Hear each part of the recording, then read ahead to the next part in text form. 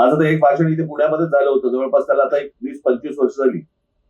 आणि त्यावेळेला मी त्याला म्हटलं होतं की मुंबईची वाट लागायला म्हटलं एक काळ गेला, पुण्याची वाट लागायला वेळ पण जाणार नाही.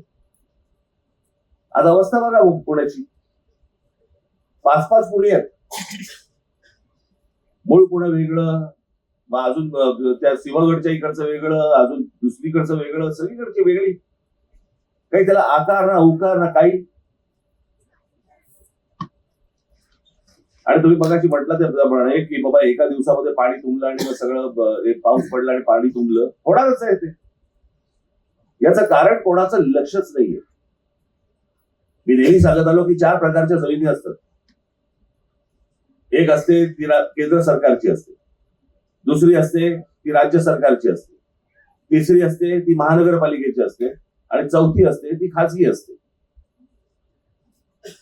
आज मुंबईमध्ये जर समजा तुम्ही आलात तर तुम्हाला हजारो एकरची गोदरेजची जागा, तुम्हाला लँड तुम्हाला दिसेल त्या विक्रोळी आणि या सगळ्या भागामध्ये. हजारो एकर आहे, एक झोपडं दिसणार नाही त्याच्यावर तुम्हाला.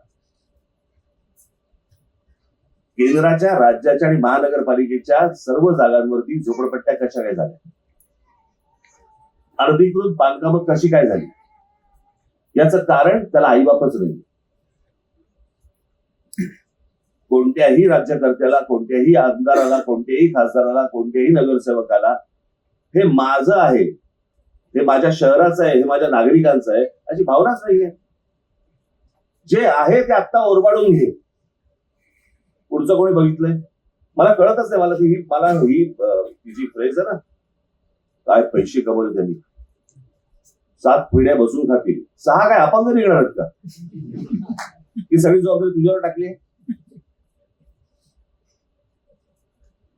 इतके नालायक निघणार आहेत तुझे 6 जण.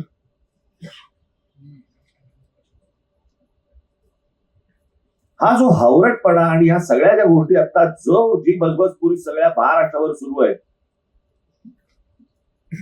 आपण मगाशी म्हणालात त्या आघाडीचा मी विषय त्या दिवशी मांडला माझ्या सभेमध्ये. काय झालं पुढे?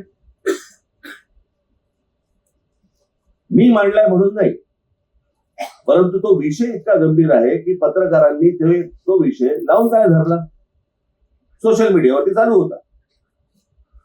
मी काढलाय म्हणून मी सांगत नाहीये. आपल्याला ह्यातली भयानकपणा आपल्याला कळला पाहिजे की आपल्या हातून काय चाललंय, आपल्या हातून काय जातंय आणि त्या गोष्टींवरती आपलं लक्ष आहे का? आपण या गोष्टींची सरकारला काही जाणीव करून देऊ शकतो का? मला तर आज सगळ्या पत्रकारांना एवढंच सांगायचंय, तुमच्यावरती दबाव येत असेल मला माहिती आहे. माझे अनेक पत्रकारांचे अनेक अत्यंत जवळचे संबंध आहेत. अनेक पत्रकार माझ्याकडे येऊन बोलत असतात.